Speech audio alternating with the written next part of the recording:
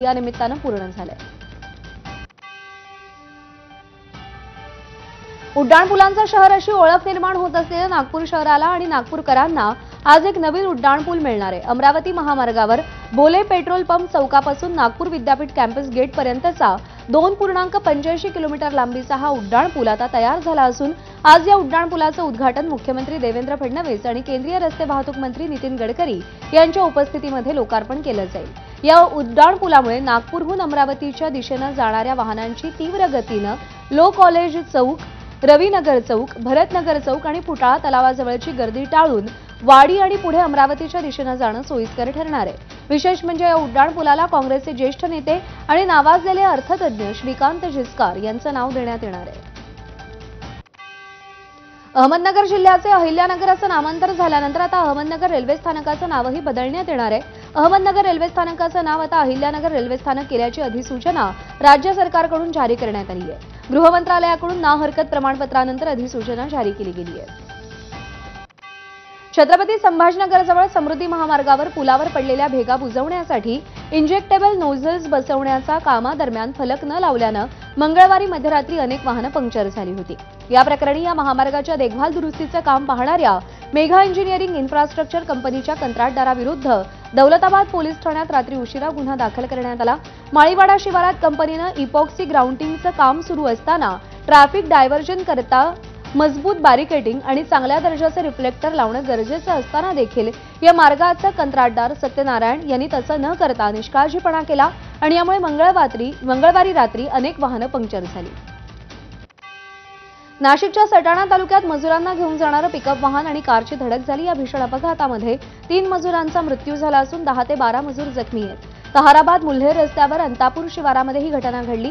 तान्हाजी सोनवणे, शंकर आबीस, आशा सोनवणे अशी मृतांची नावं आहेत। हे काल रात्री 8:15च्या सुमारास प्रवास करत होते आणि त्यावेळी हा अपघात झाला। वाहनाला ओव्हरटेक करण्याच्या प्रयत्नात हा अपघात झाल्याची प्राथमिक माहिती आहे। अपघातानंतर काही काळ वाहतूक ठप्प झाली आहे। स्थानिकांच्या मदतीने मदतकार्य राबवून जखमींना रुग्णालयात हलवण्यात आले।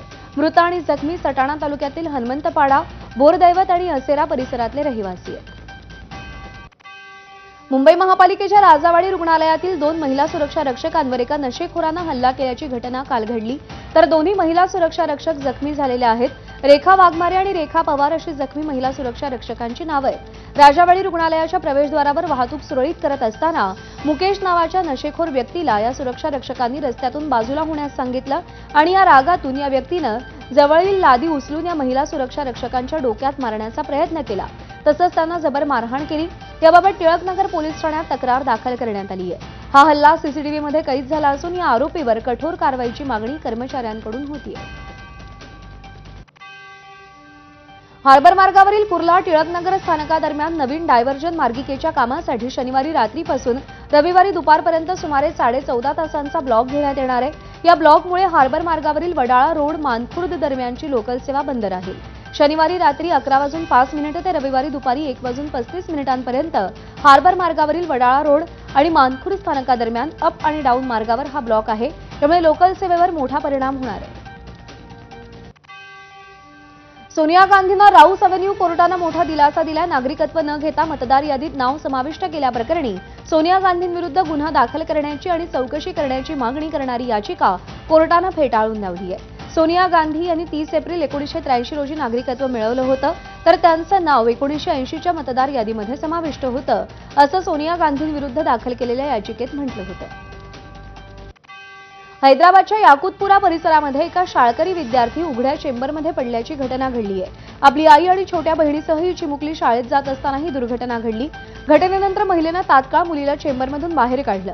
सुदैवाने या घटनेमध्ये मुलीला कोणतीही गंभीर दुखापत झालेली नाही। मात्र या घटनेनंतर स्थानिक प्रशासनावर नागरिकांकडून रोष व्यक्त केला जातोय। उत्तर प्रदेशातील अलीगडमध्ये महामार्गाच्या मध्यभागी एक भली मोठी मगर फिरताना आढळून आली।